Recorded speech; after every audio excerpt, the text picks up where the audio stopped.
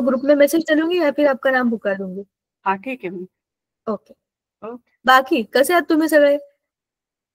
Teacher आम्ही एक आठवड्याने भेटतोय आपण. मस्त मस्त. थंडी पडली की नाही? खूप थंडी आहे टीचर. खूप थंडी आहे. इकडे पण खूप थंडी आहे. घरामध्ये पण थंडी गुड वाजते इव्हनिंग आहे. Ma'am. Good evening. How are you? चला, मी मस्त. फक्त मला थंडी आवडत नाही. आता काय करू शकत नाही. तुमचा आवडता ऋतू कोणता? पावसाळा. हिवाळा. टीचर उन्हाळा. उन्हाळा टीचर. उन्हाळा. माझा पण आवडता ऋतू पावसाळा. उन्हाळा. मग काय मस्त असतो तो उन्हाळा. मस्त. अगं पण आपल्याला आपण स्वतःचा जीव वाचवू शकतो. पंख्याखाली बसून राहायचं, असे कूल कपडे घालायचे, मग काय होत नाही. थंडीत तुम्ही 4-5 कपडे घालून पण थंडी वाजत असेल तर काय उपयोग आहे? घरात पण राहू शकत नाही, बाहेर पण जाऊ शकत नाही, कुडकुडत बसायला लागतं. म्हणजे ज्यांना आवडतं त्यांना चांगलं आहे, ते एन्जॉय करतात, पिकनिकला जातात, ट्रेकिंग करतात. आणि हेल्थसाठी हिवाळा सगळ्यात चांगला असतो. चांगली आपण हेल्थ डेव्हलप करू शकतो. उन्हाळ्यामध्ये फक्त वॉटरी फ्रुट्स पण तसेच असतात, सगळं जेवण पण तसंच जास्त लिक्विड डाएट घ्यायला पाहिजे असतं. हिवाळ्यामध्ये भरपूर काही काही खाऊ शकतो आपण, सगळं पचतं.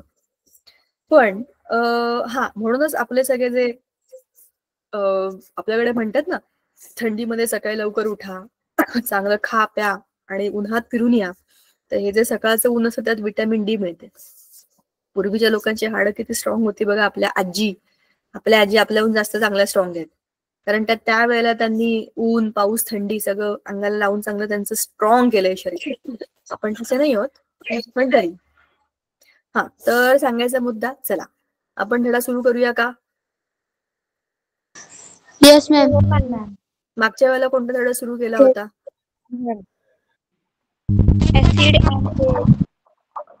Introduction to acid and base. काही काय, तो संपला कधीच. धातू अधातू सुरू केला होता आपण, विसरलात की काय तुम्ही?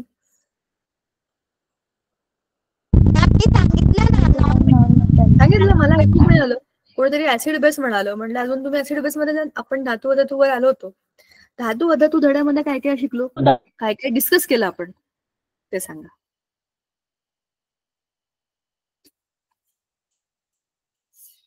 पटपट रिवाइज करूया. धातू कसे असतात, अधातू कसे असतात, आपण काय काय शिकलो त्याच्यातलं. मॅम, माझा आवाज येतोय? हो, छान येतोय. मॅम, आपण बघितलं होतं धातू म्हणजे त्यांना चकाकी असते व जसं काय सोने, चांदी व ते एकदम म्हणजे तुटत नाही. त्यांना किती ठोकलं, किती केलं तर ते तुटत नाही. व त्यांच्यामध्ये जर आपण त्यांना जर ठोकलं व त्यांच्यापासून आपण पत्रा पण बनवू शकतोय. पुन्हा आपण तार पण बनवू शकतोय. जसं की आपण त्यांना शकतोय, आपण वगैरे हार घालतो त्याच्यामध्ये यूज करू शकतोय. व आपण हा, थांबला म्हणणे, अदितीला पण बोलवते. बोल टीचर. मी अधातू सांगू? अधातू सांग. टीचर, जसं की लावण्याने जे सांगितलं त्याचं सगळं अपोजिट आहे ना अधातूमध्ये होतं. जसं की जर का अधातू म्हणजे लाकूड पण येतं, तर लाकूडला जर का आपण ठोकलं तर त्याचा पूर्ण चुरा होऊन जाईल. त्याची नाही लांब तार पण नाही बनणार आणि त्याच्या आकार पण नाही घेणार कोणताच. आणि म्हणजे अधातू जे असतं ना त्यांना चकाकी वगैरे नसते. आणि अधातू म्हणजे ज्याला की जसं की लाकूड, अजून टीचर एकच आठवतंय, कार्बन, सल्फर, क्लोरीन, हे सगळे या बाजूचे सगळे आपल्या पिरियॉडिक टेबलच्या उजवीकडचे सगळे अधातू असतात. त्यातले 2-4 नावं जरी आठवली तरी पण लिहू शकता तुम्ही. ठीक आहे. धातू, अधातू. आणखी एक तिसरी कॅटेगरी होती धातू सदृश्य. त्याच्यामध्ये सिलिकॉन, जर्मेनियम अशासारखे धातू सदृश्य मूलद्रव्य असतात. आर्सेनिक, बरोबर. तर ह्यांचा वापर ह्या वेगवेगळ्या इंडस्ट्रीमध्ये केला जातो. जसं मी तुम्हाला म्हणलं की मोबाईलच्या इंडस्ट्रीमध्ये त्याचा वापर होतो. आता आपण धड्याच्या पुढच्या टप्प्याकडे आलो. जरा आपण एकदा पटकन सगळं रिवाइज करूया आणि मग तुम्हाला मला 2 व्हिडिओ पण दाखवायचे आहेत. थांबा. आपण पीपीटी पासून सुरुवात करू. तुम्ही ऑलरेडी सगळं सांगितलेलं आहे झटकन पटकन Teacher. रिवाइज करू. बोला. पेज नंबर सांगा. पेज नंबर थांबा, मला पुस्तक काढू द्या, मग तेव्हा मला दिसेल ते. आता आपण धातू अधातू मध्ये काय बघतोय? आपण बघतोय मूलद्रव्यांचे वर्गीकरण आणि गुणधर्म. आपण धातू अधातू अशा 2 ढोबळ कॅटेगरीमध्ये त्याला टाकतो आणि तिसरी एक छोटी कॅटेगरी आहे धातू सदृश. धातू आणि अधातू चित्रामधूनच आपल्याला कळतं की ह्यांना चमक आहे, त्यांना नाहीये. हे सगळे आपले गुणधर्म पुढे आहेत.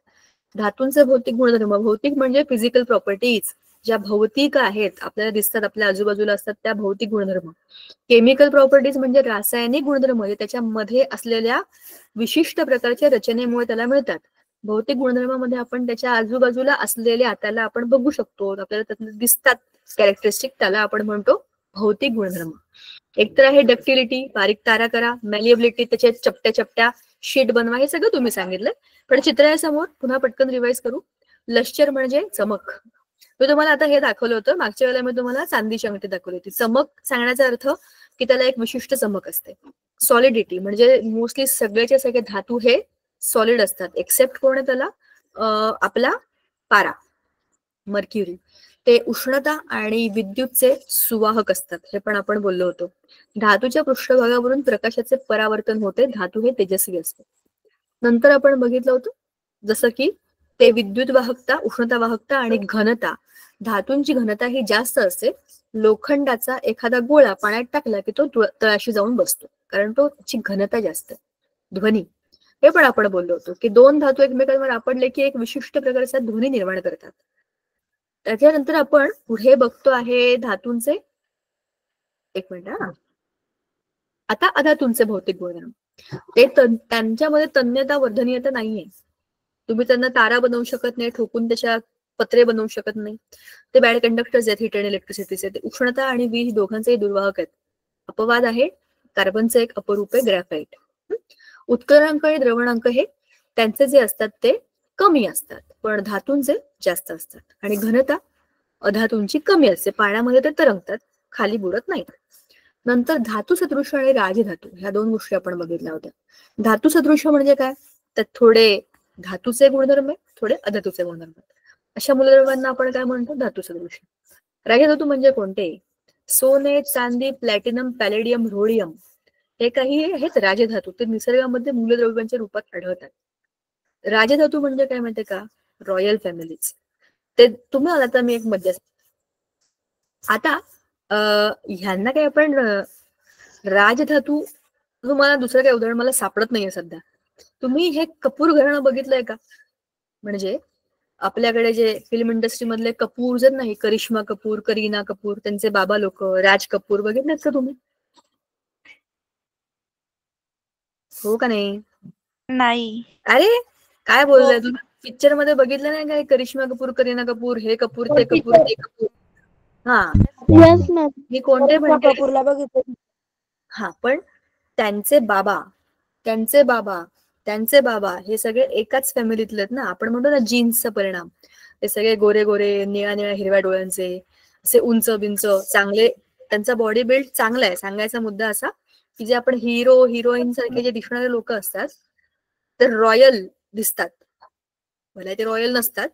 हिरो हिरोईन काय खरे हिरो नसतात. खरे हिरो कोण आहेत आपल्या देशातले, सांगा मला. Indian Chhatrapati Shivaji Maharaj. Indian army. आणि दुसरे आपले, इंडियन आर्मी, आणि दुसरे आपले शेतकरी, हे आपले खरे हिरो आहेत. त्यांच्यामुळे आपण जगतो ना. आपण आपल्या घरात बसून खाऊ पिऊ शकतो कारण आपले शेतकरी बांधव तिकडे काम करतात.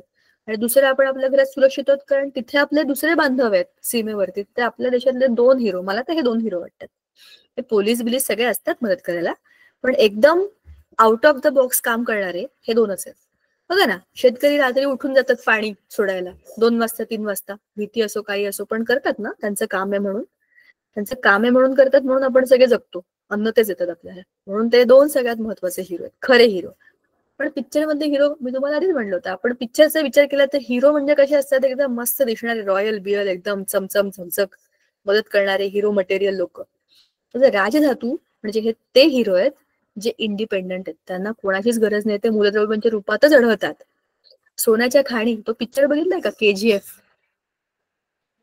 Yes teacher. बघितलंय? टीचर बघितलं. समजला का तुम्हाला तो पिक्चर? हो मॅम, सोन्याच्या खाणी असतात टीचर त्यामध्ये. अरे पण तुम्हाला जो पिक्चर दिसला मला तर काही कळलंच नाही. सगळंच काळं काळं, लोक काळे, मागचा बॅकग्राऊंड काळा, असं का मला काही कळतच नव्हतं कोण कुठे चाललंय. समजलं त्या होतं लोकांचा मेकअप पण इतका घाण असतो, काहीच समजत नाही मला त्या पिक्चर मधलं. काढत असतात सोनं टीचर. काढत होता टीचर. तर हो ते कळलं. अरे म्हणजे पूर्ण पिक्चर त्याच्यावर आहे म्हणूनच मी बघितला, पण तरी मला काहीच कळलं नाही. असे खूप सारे साऊथ इंडियन पिक्चर मला समजत नाही, एवढे काळे काळे पिक्चर असतात ते.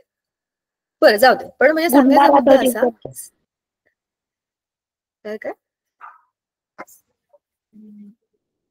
काय म्हणाला, कोण काहीतरी बोललो. टीचर KGF पिक्चर हिरो असतो. हा KGF पिक्चर अल्लू नाही नाही अर्जुन. नाही, तो हा आहे त्याच्यात. कोणी बरं त्यातला हिरो?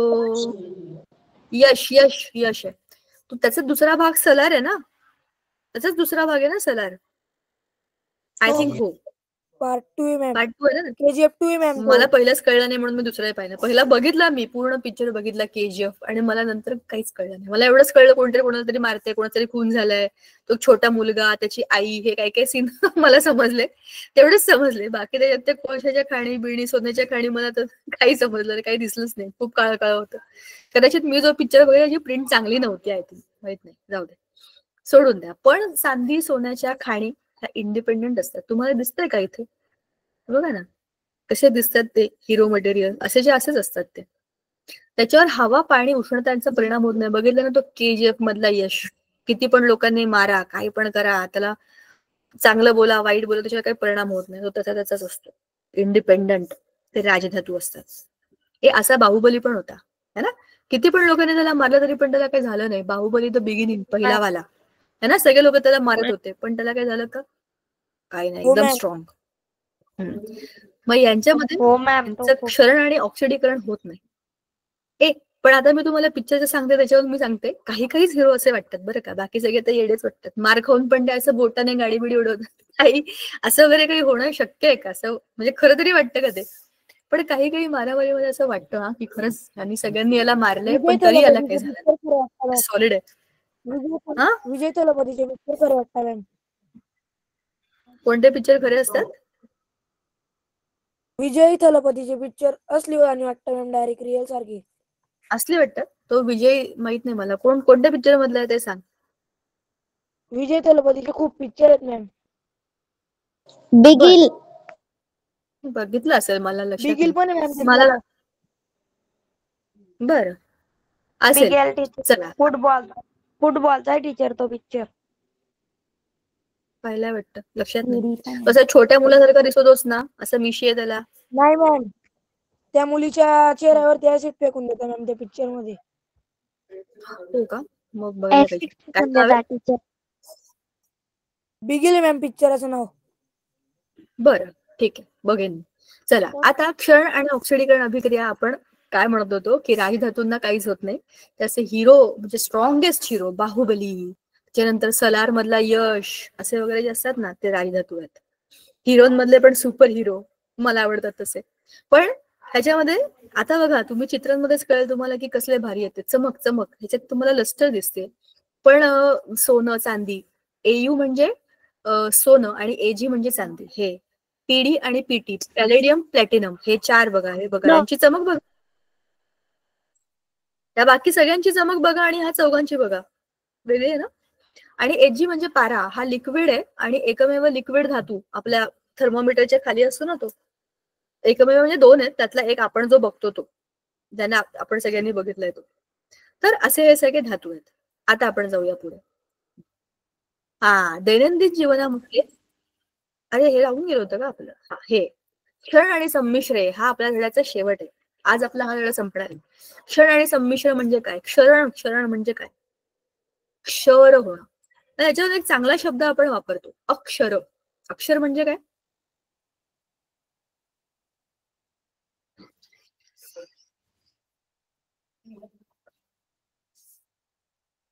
अरे अक्षर म्हणजे काय माहित नाही तुम्हाला?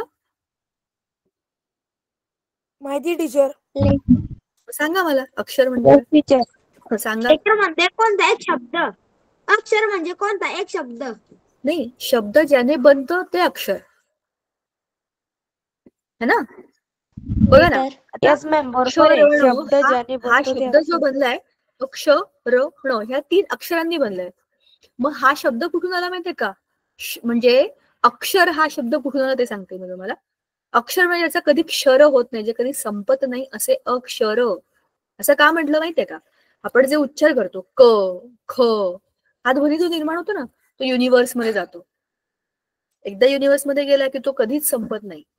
म्हणजे इतके दिवस इतक्या वर्षापासून जे काही सगळे आवाज तयार होत आहेत ते कुठेतरी युनिव्हर्स मध्ये आहेत. समजलं का? त्याचं क्षर होत नाही म्हणून ते अक्षर. संस्कृत शब्द आहे क्षरवण. मग क्षरण क्रिया म्हणजे काय? तर आपले जे धातू आहेत ते आपोआप झिजतात, आपोआप त्याच्यावरती काहीतरी दुसराच एक लेअर तयार होतो आणि तिकडनं वर्ण त्याला तो खराब करत जातो. एखादी भाजी किंवा पोळी घ्या, त्याच्यावरती कसं बुरशी चढते वरती आणि मग ते एकदा खराब झालं की मग ते खालूनपर्यंत सगळं खराब होत जातं. तसंच काही धातूंना तुम्ही लोखंडाची कुठली पण गोष्ट बघा, जेव्हा आपण लोखंडाची एखादी सळी आणतो दुकानातनं तर ती चांगली असते. बघूनच आणतो ना का आपण खराब झालेली आणतो. आपण चांगली स्वच्छ चांगली नवीन चकचकीत आणतो. आणि काहीतरी कामाकरता म्हणून आणलेली असते आणि तिचं काम झालं नाही आणि तशीच बरेच दिवस पडली तर त्याला आपोआप त्याच्यावर असं लालसर रंगाचा एक प्रकारचा मुलामा येतो. म्हणजेच काय होतं, लेअर चढतो त्याच्यावर एक प्रकारची त्याच्यावर गुंडाळलं जातं की ते दुसरंच. धातू तर आपण आणला होता वेगळा, त्याच्यावरती हे कसलं तरी लेअर चढलाय. तो काय आहे? ते एक क्षरण. ते कुठून होतं? हवेमध्ये असलेला ऑक्सिजन, हवेमध्ये असलेलं बाष्प यांची अभिक्रिया कशाबरोबर होते? त्या धातू बरोबर. बरोबर? हा, लोखंडाबरोबर. असंच अल्युमिनियमची भांडी बघा. अल्युमिनियम एकदम चकचकीत असतो पण त्याच्यावरती काळसर रंगाचा एक पापुद्रा येतो. त्या अल्युमिनियमची त्या पाण्याबरोबरची आपलं त्या बाहेरच्या ऑक्सिजन किंवा पाण्यातल्या बाष्पाबरोबरची झालेली ती अभिक्रिया असते. बरोबर? आता धातूंवर ओलाव्यामुळे हवेतील वायूंची प्रक्रिया होऊन धातूंची संयुग तयार होतात. या प्रक्रियेमुळे धातूंवर परिणाम होऊन ते झिजतात. यालाच आपण काय म्हणतो? क्षरण म्हणतो. क्षरण कसं रोखायचं? धातूंचे क्षरण होऊ नये म्हणून त्याच्यावरती तेल, ग्रीस, वॉर्निश किंवा रंगाचे थर दिले जातात. तसेच दुसऱ्या न गंजणाऱ्या धातूंचा आपण त्याच्यावर मुलामा दिला जातो. असे काही धातू की जे कधी गंजत नाहीत, जसं 1 ग्रॅम सोन्याचे वस्तू. सोनं गंजत नाही, मग आतमध्ये तुम्ही काही लावा, वरून एक सोन्याचा मुलामा दिला की झालं ना काम. संमिश्र 2 किंवा अधिक धातूंच्या किंवा धातू आणि अधातूंच्या एकजीव मिश्रणाला आपण काय म्हणतो? संमिश्र म्हणतो. स्टेनलेस स्टील, पितळ, कांस्य पदक मिळतात ना. 2 किंवा अधिक धातूंच्या किंवा अधातू आणि धातूंच्या एकजीवी म्हणजे समांगी एकरूप झालेले ते पूर्णपणे मिक्स झालेले त्याला आपण म्हणतो संमिश्र. आणि दैनंदिन जीवनामध्ये धातू आणि धातूंचे उपयोग कोणते? धातूचं नाव आहे लोखंड. उपयोग बांधकाम, वाहन. अधातूचं नाव काय? कार्बन. हे आपण नंतर बघू, आधी धातू बघू. तांबे, विद्युत तारा, भांडी. अल्युमिनियम, विमानं, भांडी. सोनं, दागिने, इलेक्ट्रॉनिक्स. अधातू कार्बन. कुठे वापरतो आपण? पेन्सिलचं लीड, फिल्टर आरो मध्ये असतात ना, कार्बन फिल्टर असतात. तर फेसवॉश पण असतात, कार्बनचे फेसवॉश. सल्फर, औषधे, कीटकनाशके, ह्या सगळ्यामध्ये सल्फर वापरतात. फॉस्फरस खतांमध्ये असतं, काडेपेट्यांमध्ये. वरती फॉस्फरस असतो ना, आपण माचीसला टंग करतो तेव्हा ती जळते, फॉस्फरस असतं. क्लोरीन, पाण्याच्या शुद्धीकरणाकरता क्लोरीन टाकतात त्याच्यामध्ये. अशा पद्धतीने आपण धातू आणि अधातू आपल्या आजूबाजूला वापरतोच. आपल्या खूप साऱ्या गोष्टींमध्ये रोजच्या धातू आणि धातूचं आपण ऑलरेडी कॉम्बिनेशन केलेलं असतं. ठीक आहे. आता हे झालं आपल्या पीपीटी बद्दल. आता थोडंसं धड्याकडे जाऊ आणि मग आपला हा लेसन संपला की नवा धडा सुरू करू. हा, त्याच्यावर मला तुम्हाला व्हिडिओ दाखवायचा आहे, थांबा.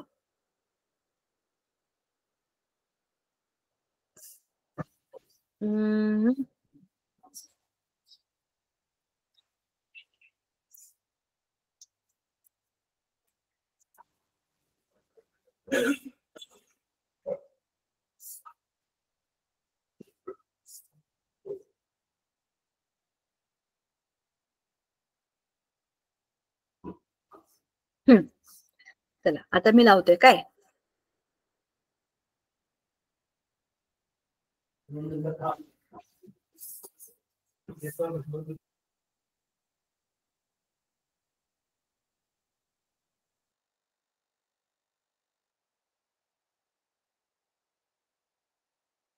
आवाज आला नाही तर मला सांगायचं.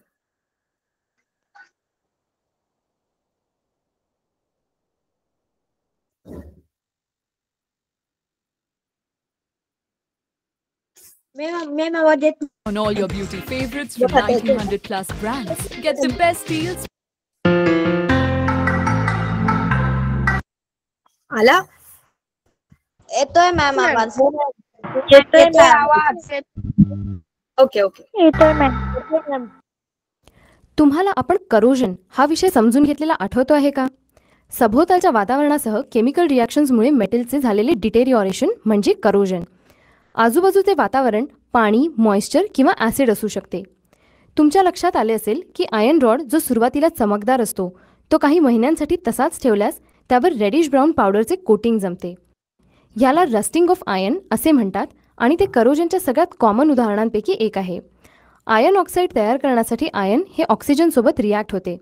रस्टिंग ऑफ आयर्न हे केवळ करोजनचे उदाहरण आहे. पण हे थोडे अधिक तपशिलावर समजून घेऊया. कोणत्या परिस्थितीत आयर्न रस्ट होते? उत्तर समजण्यासाठी आपण एक साधा प्रयोग करूया. आपल्याला 3 टेस्ट ट्यूब्सची आवश्यकता आहे आणि आपण त्या प्रत्येकामध्ये क्लीन आयर्न नेल्स ठेवायचे आहेत. आता आपण पहिल्या टेस्ट ट्यूबमध्ये थोडेसे पाणी ओतून तिला कॉर्क करूया. टेस्ट ट्यूब जशी आहे तशीच असू द्या. आता दुसऱ्या टेस्ट ट्यूबमध्ये पहिले बॉइल्ड डिस्टिल्ड वॉटर घालून नंतर त्यात थोडेसे तेल घालूया. मग त्याला कॉर्क करूया. तेलाची डेन्सिटी पाण्यापेक्षा कमी असल्याने ते तरंगते आणि हवेला पाण्यात विरघळण्यापासून प्रिव्हेंट करते. आणि इथे आपण पाणी बॉइल्ड का घेतले असे तुम्हाला वाटते? होय, पाण्यामध्ये असणारी कोणतीही डिझॉल्व्ड एअर काढून टाकण्यासाठी आपण ते केले आहे. आणि तिसऱ्या टेस्ट ट्यूबमध्ये आपण थोडे अनहायड्रस कॅल्शियम क्लोराईड ठेवतो आणि त्यास कॉर्क करतो. ते काय करते बरं? ते हवेतून मॉइश्चर अब्झॉर्ब करते. तर पहिल्या टेस्ट ट्यूबमध्ये आयर्न मॉइश्चर तसेच हवेला एक्सपोज्ड आहे. दुसऱ्यामध्ये ते फक्त पाण्याला एक्सपोज्ड आहे आणि तिसऱ्यामध्ये ते केवळ ड्राय एअरला एक्सपोज्ड आहे. आपण काही दिवसांसाठी टेस्ट ट्यूब्स तशाच ठेवून काय होते त्याचे निरीक्षण करूया. आपण पाहतो की पहिल्या टेस्ट ट्यूबमधील आयर्न रस्ट होते तर दुसऱ्या आणि तिसऱ्यामध्ये ते होत नाही. हे आपल्याला काय सांगते? हे आपल्याला सांगते की पाणी आणि ऑक्सिजन दोन्ही रस्टिंग ऑफ आयर्नसाठी आवश्यक आहेत. आणि केवळ आयर्नच करोड होत नाही, चांदी आणि तांबे देखील करोड होऊ शकतात. आणि दैनंदिन जीवनात हवा पूर्णपणे ड्राय कधीच नसते. जर असे असेल तर आपण खरोखरच करोजन कसे रोखू शकतो? उत्तर जाणून घेण्यासाठी पुढील व्हिडिओ पहा. समजलं का काय होतं ते? हो मॅम. पुन्हा लावू का? सगळ्यांना कळतंय का?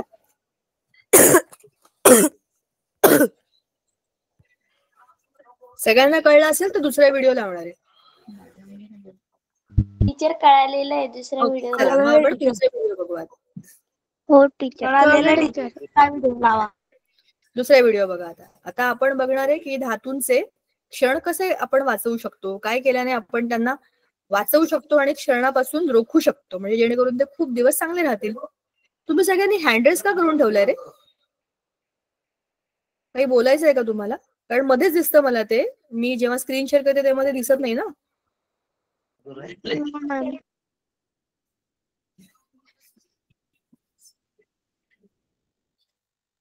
न पुढच्या दिवशी ना त्याच्या पुढच्या दिवशी.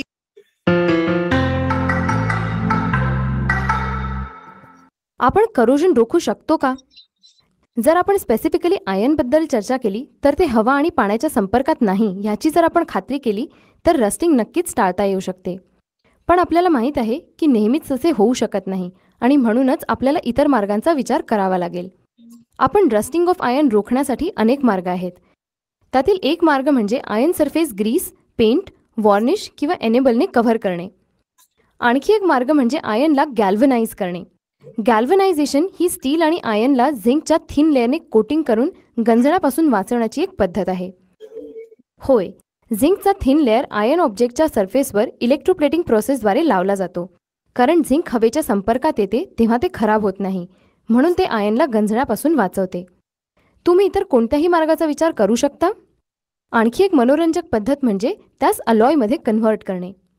अलॉय म्हणजे असे युनिफॉर्म मिक्सचर जे 2 किंवा अधिक केमिकल एलिमेंट्सने बनलेले असते, ज्यामधील ॲटलिस्ट एक मेटल असते. मेटल्सना अलॉयमध्ये बदलल्यास त्यांच्या प्रॉपर्टीज देखील सुधारतात. उदाहरणार्थ, जेव्हा आयर्न हे निकेल आणि क्रोमियमसह मिसळले जाते तेव्हा आपल्याला स्टेनलेस स्टील मिळते. स्टेनलेस स्टील हार्ड असते आणि सामान्यतः ते गंजत नाही आणि म्हणूनच हजारो ॲप्लिकेशन्समध्ये वापरले जाते. अलॉय म्हणजे 2 किंवा अधिक मेटल्स किंवा मेटल आणि नॉन मेटल्सचे होमोजिनियस मिक्सचर. बहुतेक अलॉईज मेटल्सना मॉल्टन स्टेटमध्ये मिश्रण करून तयार केले जाते. सामान्यतः मेजर मेटल प्रथम वितळवली जाते आणि नंतर इतर मेटल्स त्यात अप्रोप्रिएट प्रपोर्शन्समध्ये ॲड केले जातात आणि मग ते रूम टेम्परेचरवर थंड केले जातात.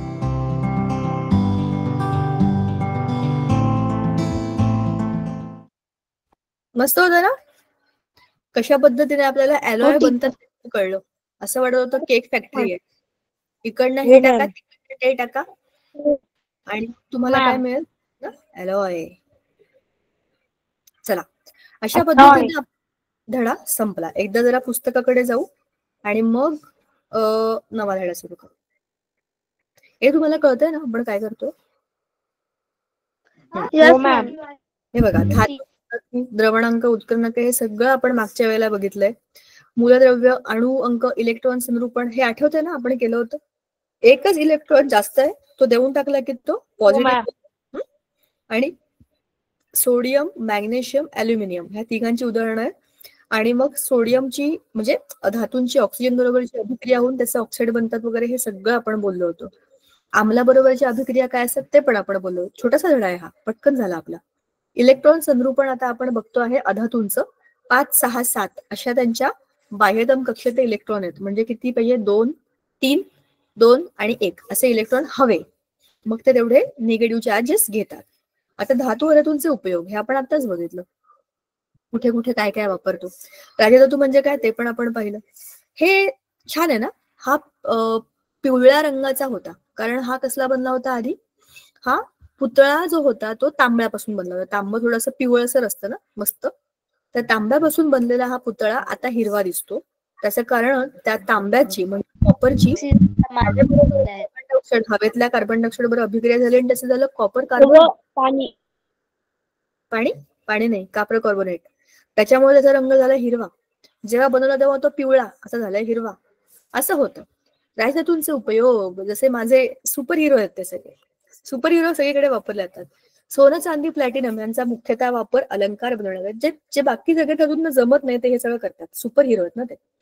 नुसतंच त्यांना बघायला लोक जातात पिक्चरमध्ये. भले त्यांना काही ऍक्टिंग येऊ नको डोंबल्याची, तरी पण त्यांना बघायला जातो आपण, ते एवढे सुपर असतात. चांदीचा उपयोग औषधांमध्ये पण होतो. मी तुम्हाला म्हटलं होतं ते सोना चांदी च्यवनप्राश आणि ते तन की शक्ती, मन की शक्ती, बोनविटा. मग अशी ते लागलं होतं ना, दूसरों की जैसे खुद को जय करे. पण त्याच्यामध्ये पण लिहिलं होतं ना, हमको मन की शक्ती देना, लेकिन वैसे ही तन की शक्ती के लिए क्या यूज करते हैं? बहुत सी चीज आहे. आपण जे काजू कतरी खातो त्याच्यावर जो पापूदर असतो ना चांदीचा, तो पण एक हलका हलकासा लेअरच असतो. सोन्या चांदीचे पदक बनवतात, gold medal, silver medal. Electronic उपकरणांमध्ये, काही सायंटिफिक एक्सपेरिमेंटमध्ये तुम्हाला आठवतंय ना, आपण अणूच्या अंतरंगामध्ये बघितलं होतं, सोन्याचीच बारीकशी पातळशी बनवलेली होती. काय म्हणतात त्याला, फॉईल सारखं काय म्हणतो आपण त्याला, ठोकून त्याचे पत्रे, बारीक पत्रा है ना. प्लॅटिनम, पॅलेडियम या धातूंचा कॅटलिस्ट म्हणून त्याचा वापर केला जातो. करेक्ट, अल्फा रेसची एक्सपेरिमेंट होता. सोन्याची शुद्धता हे आपण बोललो होतो का? आपण दुकानात गेलो की 22 कॅरेट, 24 कॅरेट असे 2 प्रकारचं सोनं सांगतात ते. 24 कॅरेटचा भाव जास्त असतो, कारण ते शुद्ध सोनं असतं आणि त्याचा भाव जास्त असतो थोडासा. पण ते आपण रोज वापरू नाही शकत. समजा 24 कॅरेटच्या पाटल्या बिटल्या असतात, खूप महाग असतात, त्याचं वजन पण खूप असतं. पण तरी पण ते जेव्हा आपण घालतो, ज्या बायकांच्या हातात पाटल्या असतील, तुमच्या घरात आजी, कोणीतरी पणजी बिणजी, मावशी, आत्या कोणातरी नक्की असतील बघा. त्यांना विचारा तुम्ही, पाटल्या बाकीच्या बांगड्या बिंगड्या कडे बिडे नाही, पाटल्या हात ठेवला ना काही काम करताना कधी तर तसे वागतात तिकडे, परत त्यांना हाताने त्या बायका ऍडजस्ट करतात. कारण ते शुद्ध सोनं आहे ना. दाबलं की मऊ होतं, खूप दाबलं की तुटतं, पण ते जाड घट्ट असतात त्याच्यामुळे ते तुटत नाहीत. पाटल्या तुटणाऱ्या असतील तर कोणी घालणार नाही दागिने, पण त्याला तेवढं त्यांनी बनवलेलं असतं. पण ते शुद्ध सोनं असतं. किंवा ते सोन्याची बिस्किट असतात, खायची नाही या, लॉकर मध्ये ठेवायची, त्याच्यामध्ये पण शुद्ध सोनं असतं. टीचर, मग जर का हे 24 कॅरेट सोनं फक्त म्हणजे प्युअर असतं, तर मग हे जे 22 कॅरेट आहे त्याच्यामध्ये काय मिक्सअप असेल? 22 कॅरेट मध्ये काय मिक्स करतात? 22 कॅरेट मध्ये थोडंसं तांब किंवा चांदी, ते लोह. 99.9% शुअर. हे बघ दिलं ना आपल्याला इकडे खाली टक्केवारी दिलेली आहे. 24 कॅरेट म्हणजे किती आहे? 100%. नाही 22 कॅरेट जवळपास 92% सोनं आहे. मग 8% काय टाकणार? थोडीशी चांदी टाकेल, थोडंसं तांब टाकतील, पिवळसरच दिसलं पाहिजे ते. आणि त्याच्यामध्ये तन्यता बिन्यता काही नाही जायला पाहिजे, पण ते स्ट्रॉंग व्हायला पाहिजे. मग त्याच्यामध्ये थोडंसं 8% काहीतरी वेगळं टाकायचं. 18 कॅरेट मध्ये 25% आपण भेसळ करतोय. 14 कॅरेट मध्ये बघा 58%, जवळपास 60% धरू आपण, 40% भेसळ करतोय.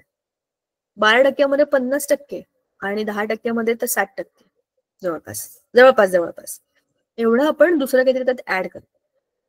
क्षण म्हणजे काय? करोजन. तुम्ही आता जे बघितलं त्याचा तो व्हिडिओ होता की हे आपण कसं हवेतील ओलाव्यामुळे वायूंची प्रक्रिया होऊन धातूचे संयुग बनतात. जसं मी तुम्हाला म्हटलं होतं, अल्युमिनियम वरती पण असा काळसर लेअर येतो आणि लोखंडाचं तर आपल्याला माहितीच आहे.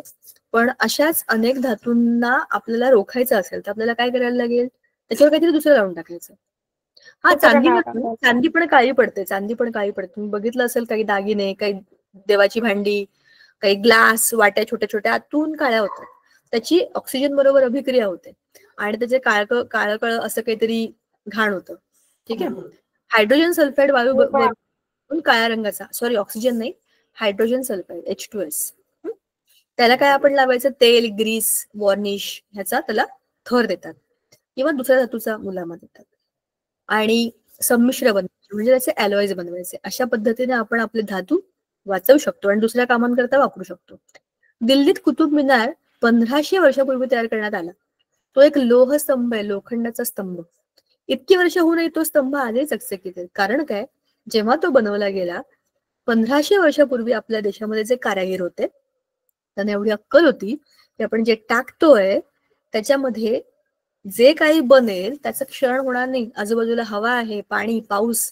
1500 वर्षापूर्वीचा भारत कसा असेल? आहे की नाही? तर त्या परिस्थितीमध्ये आणि त्याच्यानंतरच्या हजारो वर्षापासून 1500 वर्ष झाली, हजारो म्हणजे 1500 वर्ष, एवढ्या वर्षानंतर पण तो तसाच आहे. म्हणजे विचार करा की तो बनवतानाच त्याला बनवणाऱ्या लोकांनी काय डोकं वापरलंय. त्याचा काही व्हायलाच नाही पाहिजे, कशाचाच परिणाम. म्हणून त्या लोहामध्ये अत्यल्प प्रमाणामध्ये कार्बन, सिलिकॉन, फॉस्फरस मिसळले. त्यांना माहिती होतं हा कार्बन आहे, हा सिलिकॉन आहे, हा फॉस्फरस आहे. बाहेर नाही येऊन लोक आपल्याला अक्कल शिकवतात. त्या लोकांना सांगायला पाहिजे की आमच्याकडे एवढे बुद्धिमान लोक होते की 1500 वर्षापूर्वी पण आम्ही बनवलेली जी आमचे मॉन्युमेंट्स आहेत ते आजही तसेच आहेत. त्याच्यामुळे तुम्ही जे ज्ञान देताय ना ते आमच्याकडे आधीपासून, फक्त आपल्यालाच माहित नसतं. ठीक आहे. म्हणून आपल्याला आपली संस्कृती, आपले संस्कार, आपले इतिहास माहिती असला पाहिजे. इतिहास हा बोर विषय असं कोणाकोणाला वाटतं की मला खूप झोप येते, काय चाललंय त्याच्यामध्ये. टीचर हा माझा फेवरेट विषय. अरे पण तुम्ही मला सांगा, आपल्या पुस्तकातला इतिहास किती भंगार आहे. ह्याच्यानंतर काय झालं, त्याच्यानंतर त्याच्यावरती मार्क विचारतात ते आपल्याला. 2 मार्क करता कालानुक्रमाने लिहा. अरे याला काय अर्थ आहे का? तो इतिहास आपल्याला समजला असतो. मला इतिहास आवडत नाही ना, झोप येते ना. पण इतिहास हा झोपण्यासारखा विषय नाहीये. इतिहास एक पिक्चर भूगोल. आहे बघा, पिक्चर सारखा. कशानंतर नाही मॅम, टीचर मला आवडत नाही. तरी आवडत नाही. नागरिक शास्त्र बिलकुल बी आवडत नाही टीचर. अजून मला पण नाही आवडत. मला तर कळलंच नव्हतं मी शाळेत असताना काय ते विधानसभा, काय माझा ते favorite लोकसभा. खूप कन्फ्युजन होतं. मला भूगोल पण टीचर नाही आमच्या शिकवतात, एक झोप लागते. अरे ते शिकवतातच तसं. इतिहास हा विषय कसा शिकवायला पाहिजे, बापरे. इतिहासासारखा विषय नाहीये खूप चांगला रंजक पद्धतीने शिकवायला. पण आपल्या शाळेमध्ये तो येतात, वाचतात, तुम्ही वाचा, मी वाचा असं करून शिकवतात, संपला. इतिहास असा नाहीये. इतिहास हा काय विषय आहे. ते धडा वाचता आपल्याला वाचायला लावता. त्याच्यामुळे तो खूप बोर होतो. पण असा नाही शिकवला पाहिजे. इतिहास हा खूप सुंदर विषय असतो, फक्त तो त्याला शिकवायला तसा शिक्षक पाहिजे. पण दुर्दैवाने ते आपल्याकडे नाही. बोला. टीचर, आमच्या स्कूलमध्ये एक सर आहे ना, तर ते इतिहासाची जी पण स्टोरी असेल ना, तर फॉर एक्झाम्पल असहकार चळवळ, तर तिला ते पूर्ण स्टोरी बनवून देतात. जसं की एखाद्या पिक्चरची स्टोरी कशी असते तशी जी स्टोरी शिकवताना तर एकदम डोक्यात बसतं. आणि इकडे प्रियांका टीचर ते पण डोक्यात बसून जातात. इतिहास नाही ऐकलंय आपल्या एनजीओचं, मी नाही ऐकलंय. पण मला स्वतःला इतिहास, तुम्हाला माहिती आहे का, आम्ही शाळेत असताना अरे आम्हाला तर सारखा तो गांधीजींचाच इतिहास होता. मला एवढा कंटाळा यायचा. अरे बापरे, दुसरं काय नाहीये का आपल्या देशाच्या इतिहासामध्ये. आणि सारखं तेच मिठाचा सत्याग्रह, अमुकचा सत्याग्रह, ते आफ्रिकेत होते. अरे हो, पण जगामध्ये दुसरी पण लोक होती. चळवळ हो, अरे पण तो आपण शिकलो की नाही? म्हणजे कितीतरी वेळा आपण तोच शिकलो की मग तो विषय बोर होतो ना. आपल्याला माहिती असतं ते ऑलरेडी. नवीन काहीतरी आलं की मग वाटतं अरे असं पण होतं का, हे पण होतं का. पूर्ण 10 वर्षामध्ये मला लक्षात आलेला इतिहास सांगते. दुसरीत असताना आम्हाला अश्मयुगाचा इतिहास होता. चौथीत असताना आम्हाला शिवाजी महाराजांचा इतिहास होता. तो मला चांगला आवडला होता की त्यात काहीतरी हॅपनिंग हो होतं. मॅम, मला होता त्याच्यात खूप भारी भारी गोष्टी होती मॅम. आणि एकदम जास्त आवडलेला 10वीचा इतिहास, त्यातले पहिले 5च धडे ते सगळे महायुद्धावरती होते. मी सगळा 10वीचा अभ्यास त्या 5 धड्यांवरच केला होता. बाकीचा अभ्यास केला होता नाही असं नाही, पण मला आवडणारे धडे पहिले 5. मी सगळ्या पेपरमध्ये, पूर्ण इतिहासाच्या पेपर मधले सगळे प्रश्न तेच सोडवले, पहिल्या 5 मधले सोडवले 10वीच्या बोर्डाच्या पेपरला, कारण ते मला आवडणारे धडे होते. बाकी सगळे भंगार धडे होते. म्हणजे त्यातनं मला वाचूनच कंटाळायचं, अरे काय म्हणजे एकदा कळलं. बघा ना, एखादा पिक्चर आपण बघितला की आपल्याला समजतो. दुसऱ्यांदा बघितलं की ठीक आहे, ओके, हे माहिती असतं. तिसऱ्यांदा बघितलं की आपण दुसरं काम करता करता तो बघतो, आणि चौथ्यांदा तो बघतच नाही. चालू असेल तरी बघत नाही. माहिती असलेली गोष्ट किती वेळा तुम्ही बघणार. म्हणून टीचर बोर होतो. पण आता बऱ्याच सुधारणा होत आहेत, पुस्तकं पण बदलत आहेत. नशीब चांगलं आहे पुढच्या मुलांचं की त्यांना चांगला इतिहास पण कदाचित मिळेल. तर पण आपण वाचू की पुस्तकं, आपल्याला काय, त्यांची पुस्तकं घ्यायची, येऊन बसायचं आपण शिकवायला, आणि आपण टीचर अजून 2-3 वर्ष कोरोनाचा इतिहास राहील टीचर. 2-3 वर्षांनी कोरोनाचा इतिहास येईल. बरोबर आहे, येऊ शकतो.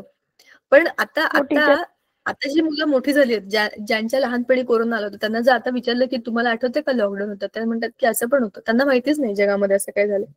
हे कोणाला माहितीये? तुमच्या माझ्यासारख्या लोकांना, ज्यांना अनुभव, ज्यांना जे शहाणे आहेत, ज्यांनी तो अनुभव घेतला. घरामध्ये बसून राहायचं, कोणाशी बोलायचं नाही, दार पण उघडायचं नाही, भाज्या बिज्या सगळं 10-10 वेळा धुवायचं. आम्ही तर पार्लेजीचे पुढे पण बादलीमध्ये धुवून काढले होते बाहेर. का? रिस्क कशाला घ्यायची? भीती वाटते ना आपल्याला. तर सांगायचा मुद्दा, तू म्हणतोस तसं कदाचित तो पण असं झालं होतं मागे पण एकदा, 100 वर्षापूर्वी पण असाच एक डिसीज आला होता आणि सगळं वर्ल्ड लॉकडाऊन मध्ये गेलं होतं. पण तेव्हा एवढी मेडिकल इक्विपमेंट आणि एवढी डेव्हलपमेंट नव्हती. तरी पण 100 वर्षानंतर ते आपोआप, नेचर म्हणतात ना, nature has its own ways to destroy the thing. जर तुम्ही त्याच्या डोक्यात जाऊन बसलात तर तो तुम्हाला कधी खाली पाडेल सांगता येत नाही. आता आपण तेच करतोय. पूर्ण पृथ्वीवरती आता रूल करणारे ह्युमन्स आहेत ना. मग ह्युमन्सना ताळ्यावर आणलंच पाहिजे. जेव्हा आपण घरात बसलो होतो, तुम्हाला आठवतं का ते व्हिडिओ, जे मोर, रस्त्यावरती सगळे प्राणी बिणी मस्त बाहेर रस्त्यावर फिरत होते. एवढ्या वर्षात आपण कधी बघितलंय त्यांना? ते घाबरून कुठेतरी दुसरीकडे बिचारे गेलेत आपल्या आगाऊपणामुळे. ते त्यांचं खरं आयुष्य विसरून गेले किंवा घाबरून राहायला लागले. पण ते आपल्याला समजलं की आपण किती लोकांचं आयुष्य खराब केलं. अरे किती लोकांचं म्हणजे किती प्राण्यांचं. पण चांगला अनुभव होता कोरोना. पण म्हणजे शिकवण देणार होता. त्यातनं खूप सारे लोक गेले, खूप लोकांना काही आयुष्यभराची दुखणी लागली. ते चांगलं नाही झालं. पण लोकांना हे कळलं की तुम्ही खूप जास्त काहीही कराल आणि काहीही कराल तर निसर्ग तुम्हाला फटका देईलच, हो की नाही?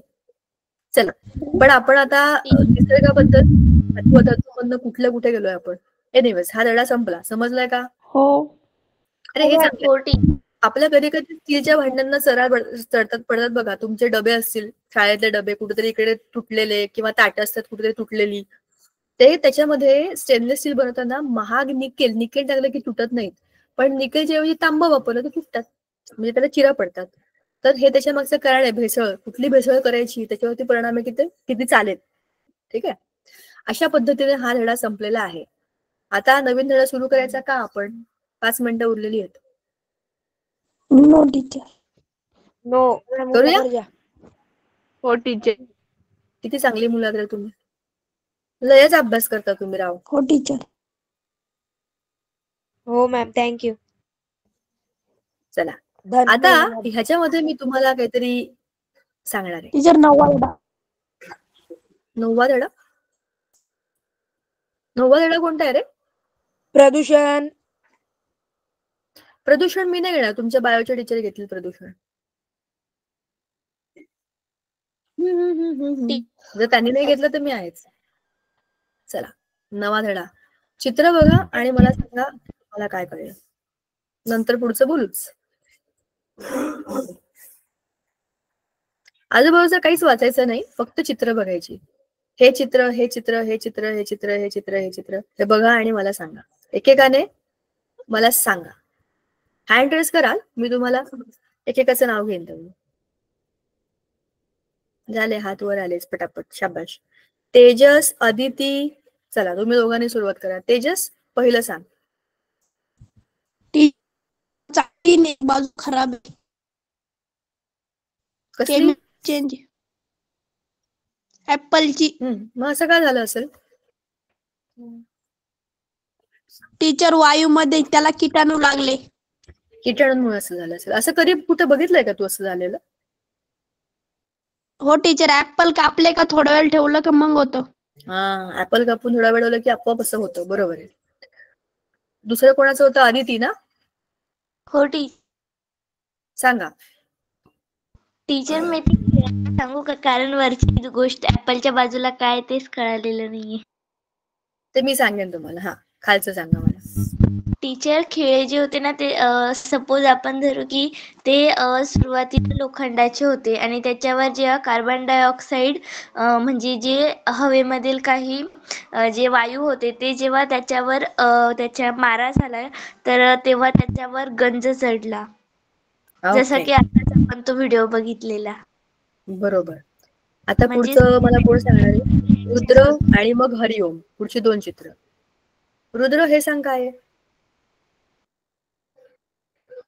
मॅम मी ब्रेडचं सांगतो. ब्रेड वाटतं. हा, ब्रेडचं सांग. ब्रेड. ब्रेडच आहे, पण मग काय दिसतंय? टीचर तो एककडून जास्त भाजला गेला असं वाटतंय टीचर तुम्हाला. हा, ते मी सांगते. मला वाटलं होतं तो टोस्ट केल्यासारखा वाटतोय, पण ते तसं नाहीये. बरं. हा, हे सांग, हे सांग, हे सांग. टीचर स्क्रीन गेली. मॅम ते 3-4 केळे आहे ते दाबायला आहे तर थोडे खराब दिसत आहे. हा, हे कोणी सांगितलं? हरिओम नाही का? टीचर मी अदिती, एक याच्या सर्वांमागचं काय? थांब थांब थांब. अदिती, तू कुठून आलीस मध्येच? थांब जरा. तुझं बोलून झालं. थांब. अजून बाकी कोणी हँड रेस केलेत का? मला बघू द्या. वेदिका. अजून कोण आहे का? एक नाव तर मला कळलं, वेदिका. मग इथे दिसत नाहीये. बरं, ठीक आहे. चला वेदिका, तू सांग मला हे पुढचं चित्र काय वाटतंय? हे हे हे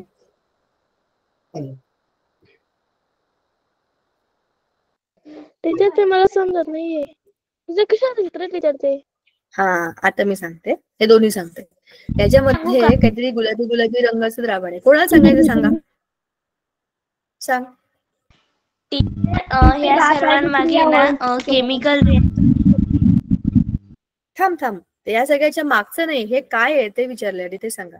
टीचर, ते एक द्रव आहे त्याच्यावर रासायनिक क्रिया होईल त्याच्यामध्ये दुसरे पदार्थ टाकून. हा, म्हणजे याच्यात काहीतरी अभिक्रिया झाली आणि ते बघ कसं झालंय. वरती त्याच्यात काहीतरी बाहेर त्याचं फसफसून येतं ना, असं काहीतरी बाहेर आल्यासारखं दिसतंय. ज्वालामुखी. गुलाबी रंगाचं होतं ते टाकलं असेल. हा, करेक्ट. गुलाबी रंगाचं काहीतरी द्रावण आहे, त्याच्यामध्ये काहीतरी टाकलं आणि त्याची रिएक्शन अशी झाली. हे तुम्ही सांगितलं नाही मला. माचीसची काडी पेटवल्यावरती त्याचा आगची पेटते ना, ती दाखवली. आणि हे जे आहे ना, हे मध्ये जर लिंबू टाकलं ना तर असं होतं.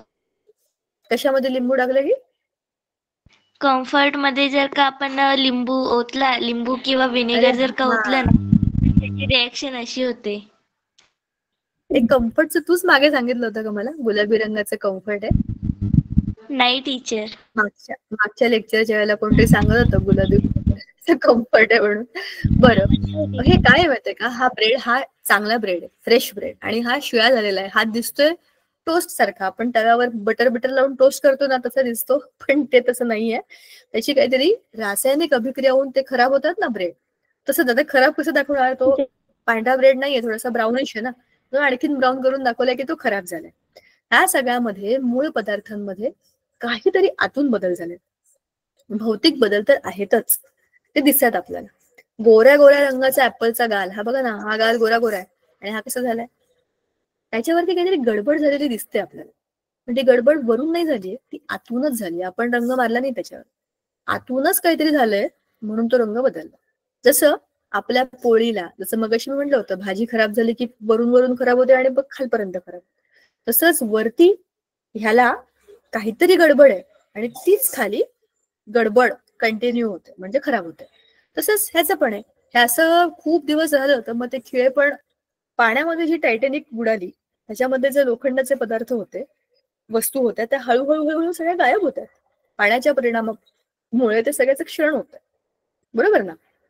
याच्यामध्ये फॉस्फरस असतो. फॉस्फरस पेट घेतो आणि ज्वाला निर्माण होते. म्हणजे इथे कार्बन डायऑक्साईड आहे, ऑक्सिजन आहे, फॉस्फरस आहे, ह्या सगळ्याचं काहीतरी मिश्र स्वरूपाचं काहीतरी होत आहे. केळी जेव्हा झाडावर असतात हिरव्या रंगाची असतात, हळूहळू पिकतात, मग ती पिवळ्या रंगाची होते. आपण त्यांना घरी घेऊन येतो, 2-4 दिवस चांगली राहतात, पण ती आणखीन दिवस ठेवली तर ती आपोआप मऊ होतात, खराब होतात. हे आपण करतो का त्याला? नाही. स्वतःच रंग बदलतात, स्वतःच खराब होतात आणि स्वतःच एक दिवस गळून पडतात, बरोबर. कुठलीही फळं घ्या, ही त्याच्यामध्ये होणारी नैसर्गिक प्रक्रिया आहे. आता ह्याच्यामध्ये बिकर मध्ये आपण सामान टाकतो, पण आतली अभिक्रिया आपण केली आहे का? नाही. ह्या आणि त्या पदार्थाच्या मधली अभिक्रिया त्यांनी स्वतःच केली आहे, आपण फक्त त्यांना एकत्र आणले. तर ह्या सगळ्या ज्या गोष्टी आहेत, ह्या आहेत आपल्या रासायनिक अभिक्रिया. आतून होणारे बदल जे आपल्याला दिसत नाही पण होतात, अणू आणि रेणूच्या लेवलला जाऊन होतात आणि म्हणूनच त्याचे आपल्याला भौतिक परिणाम दिसतात. हाच आपला धडा आहे, रासायनिक अभिक्रिया आणि त्यांचे बंध. रासायनिक बदल, रासायनिक अभिक्रिया आणि त्यांचे बंध कोणते कोणते असतात पुढच्या वेळेला बघूया.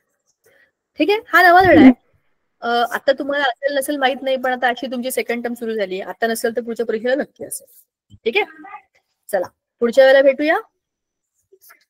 टीचर हा धडा याच परीक्षेला आहे. हा, मग व्हेरी गुड, होऊन जाईल तुमचा. शाबाश. ठीक आहे टीचर चला भेटूया पुढच्या वेळेला. हो teacher.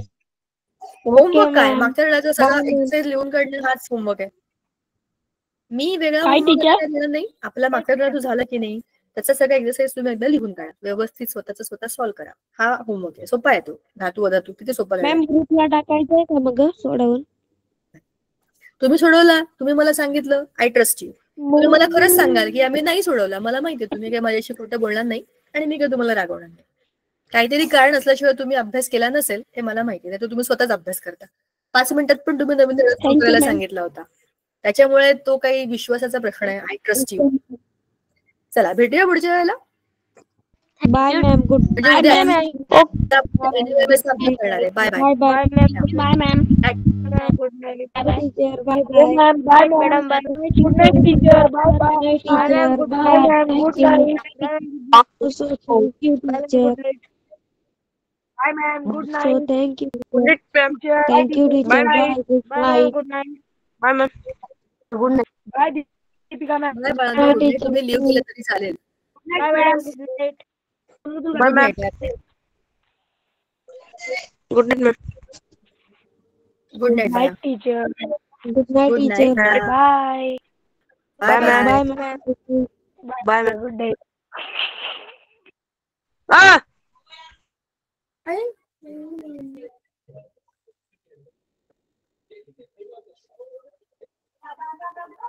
Sangeeta ma'am thank you. Bye bye. Bye madam. Bye बाळा. Bye teacher. Good night teacher. Bye bye. Bye bye. Good night. Bye teacher.